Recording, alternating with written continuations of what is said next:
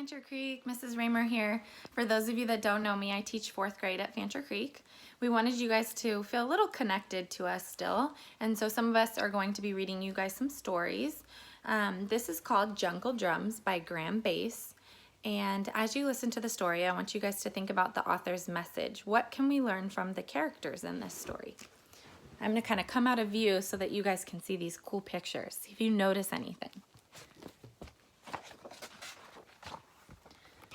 This is Njeri Madogo. Small, isn't he? He's the smallest warthog in Africa. These are the bigger warthogs. They tease Njeri about being so small, but that's only because they're jealous of the other animals who live across the river, with their stunning spots and striking stripes, impressive horns and curly trunks, graceful necks and gorgeous plumage. Here are the other animals who live across the river. Aren't they just gorgeous? Every year, the other animals hold a grand parade with prizes for the most beautiful. The warthogs don't even bother entering. Mud wrestling isn't on the program. Tired of being teased, Njeri heads across the river to play with the other animals. They are arguing among themselves about who is the most beautiful. They turn and stare at Njeri. No spots, laughs Chewy the leopard. No stripes, whinnies Punda Malia the zebra. Look at those silly little horns, snorts Kafaru the rhino. He hasn't even got a trunk, trumpets Tembo the elephant, or a neck, scoffs Twigga the giraffe. Isn't he just the ugliest thing you've ever seen, crows Nadeji the crested crane. And small too. They all laughed out loud. Njeri heads for home. He is not happy. On the way, he meets old Nyumbu, the wildebeest, the oldest and wisest animal in the jungle. I hate being so small, he tells her. Everyone teases me. Old Nyumbu gets out a little set of bongos. These are magic drums, she says. If you play them, they will give you whatever you wish for. Do you want them? Oh yes, cries Njeri, I do. He takes the drums in eager hooves. Old Nyumbu has a twinkle in her eye.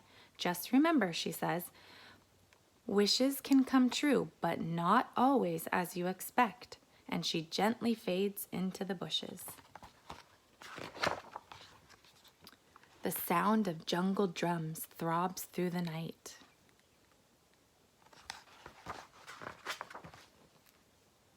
But in the morning, despite all his wishing, little Njeri is still exactly the same. Then he hears a commotion in the jungle. The other animals have woken to find their stunning spots and striking stripes, impressive horns, and curly trunks, graceful necks, and gorgeous plumage have all disappeared, and they are very upset about it. The warthogs, meanwhile, have woken up with stunning spots and striking stripes, impressive horns and curly trunks, graceful necks, and gorgeous plumage. They think they look just fabulous. Here's Njeri Madogo.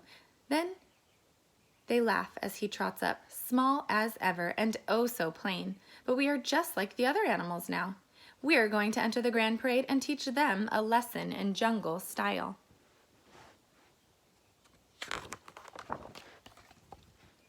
When the other animals learn on the jungle grapevine that the warthogs are going to enter the grand parade, they are horrified. Look at us, they cry in dismay. Those awful warthogs will win every prize. It will be a complete disaster. They try making fake markings out of stick and grass and colored mud, but it all washes off in the evening downpour. Just a picture page.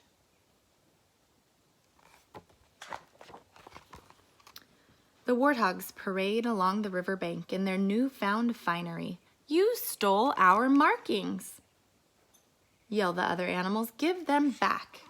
They're not your markings, they're ours, snort the warthogs. They fell from the sky, and now we are the most beautiful animals in the jungle.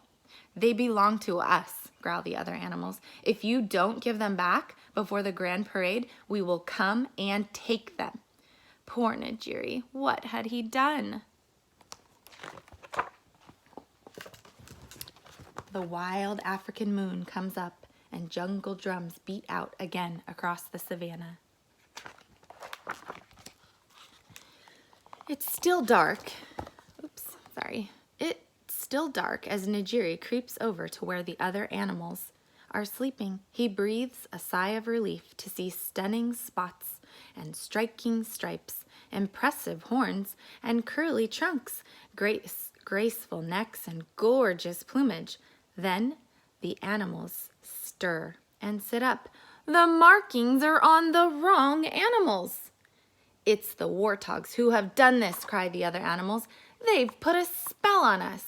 They stomp off angrily across the river. Meanwhile, the warthogs are in a terrible state. What's happened to my nose? What's happened to my neck? How can I roll in the mud with all these feathers? I can't run with this great long trunk. I'll end up as someone's dinner for sure. The warthogs have become even more like the other animals they admire so much. They've put a spell on us. They stomp off angrily across the river. What have you done to us? Demand the warthogs. What have you done to us? Demand the other animals. Everyone is shouting at once. Stop it, cries Najiri Madogo in a squeaky voice. It was me. All the animals stop and look at him. In amazement, he tells them about the magic drums. I made a wish, 2 wishes in fact, though they went wrong. I wanted you all to stop teasing me, but I didn't mean for you to start fighting. Why can't you all be happy the way you are? Because we look ridiculous, says everyone together. We want to be the way we were. Well, says Najiri thoughtfully, if you'd all be happier that way, I suppose I could try making one more wish. For a third time, the sound of jungle drums echoes through the still night air. As the sun rises over the rim of the world, the warthogs and the other animals wake, and look around with relief. They are all back to normal. But Najiri Madogo sighs. After all that trouble, he is still exactly the same, the smallest warthog in all of Africa. But something has changed. No one is teasing him anymore. The bigger warthogs and the other animals look at Najiri, then they look at each other, then they shrug. So what if he's the littlest? Someone has to be. That evening, the grand parade goes on as usual. The other animals who live across the river show off their stunning spots and striking stripes, impressive horns and curly trunks, graceful necks and gorgeous plumage. The warthogs clap and cheer. Then the warthogs put on a mud wrestling display, including a very clever mud pyramid with a mud fountain, and the other animals clap and cheer.